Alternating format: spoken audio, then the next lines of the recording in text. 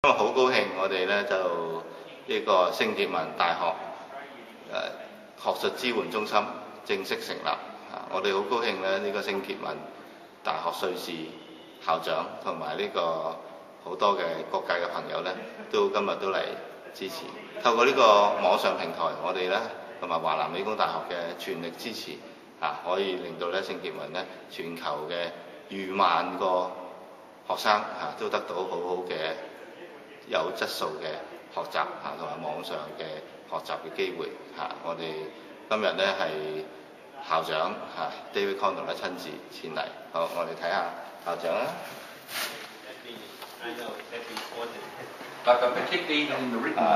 位就係校長 David Condell 同埋咧佢嘅助理 Betty